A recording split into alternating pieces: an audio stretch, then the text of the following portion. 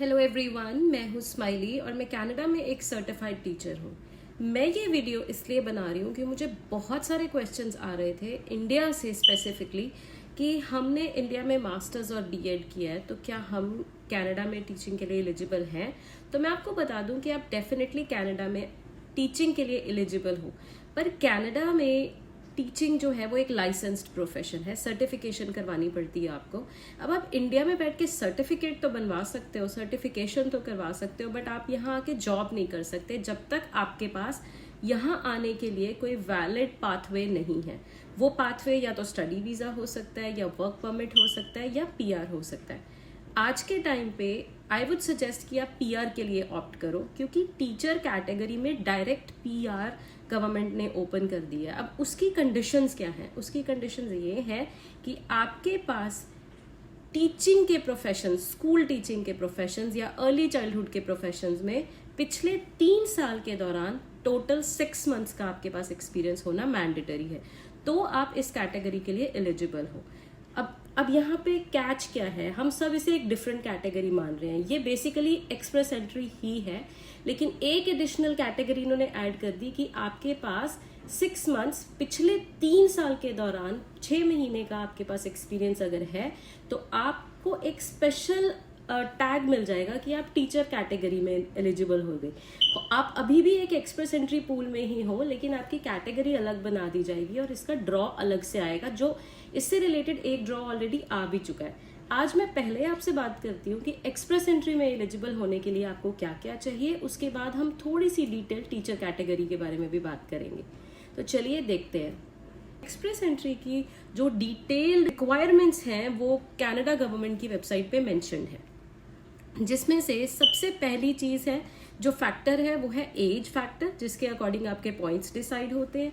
आपका आप स्पाउस के साथ आ रहे हो कि आप अकेले आ रहे हो, वो एक सेकंड पॉइंट है। तीसरी चीज़ जो मैटर करती है वो है आपका आइल्स का score, the more the better.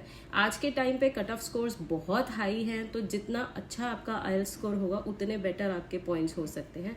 आपका कोई ब्रदर या सिस्टर यहाँ पे पीआर है या सिटीजन है तो वो भी एक बहुत बड़ा फैक्टर है यहाँ पे आपको पॉइंट्स ऐड करने में। आपके पास कोई कनेडियन एजुकेशन है या कनेडियन एक्सपीरियंस है, तो ऑब्वियसली जो लोग यहाँ पे हैं उनके चांसेस बेटर हैं। लेकिन अगर आप इंडिया में हो तो भी आप बहुत अच्छे पॉइंट्स स्कोर करवा सकते हो। अपनी जो इंडिया की मास्टर्स है, इंडिया की आपने बीएड किया, आप उसको इवैल्यूएट कराइए, उसको कनेडियन इक्वलेंसी दिलवाइए और आप अप्लाई कर सकते हो अपनी पीआर। ये तो एक्सप्रेस एंट्री की बात है। बट एक्सप्रेस एंट्री में टीचर कैटेगरी में एलिजिबल होने के लिए आपको सिर्फ 6 मंथ्स का एक्सपीरियंस एडिशनल चाहिए। टीचिंग कैटेगरी में आप डायरेक्टली उस पूल में चले जाओगे, फाइल आपकी एक्सप्रेस एंट्री में ही रहेगी, लेकिन आप एक स्पेशल कैटेगरी में ऐड हो जाओगे जहां से आपकी फाइल पिक हो सकती है। जब आपको यहाँ आने का कोई पाथवे पॉसिबल है, उसके बाद आप टीचिंग सर्टिफिकेट अप्लाई कर सकते हो। टीचिंग सर्टिफिकेट हर प्रोविंस के लिए डिफरेंट है। मैं बात करूँगी ब्रिटिश कोलंबिया की, क्योंकि मैं ब्रिटिश कोलंबिया में हूँ और यहाँ पे जो ऑर्गेनाइजेशन आपको टीचिंग सर्टिफिकेट देती है वो है टीचर रेगुलेशन बोर्ड। मेजरली इनको आपसे जो डॉक्यूमेंट्स चाहिए वो आपके एजुकेशनल डॉक्यूमेंट्स होंगे या आपका एक्सपीरियंस प्रूव करने वाले डॉक्यूमेंट्स होंगे।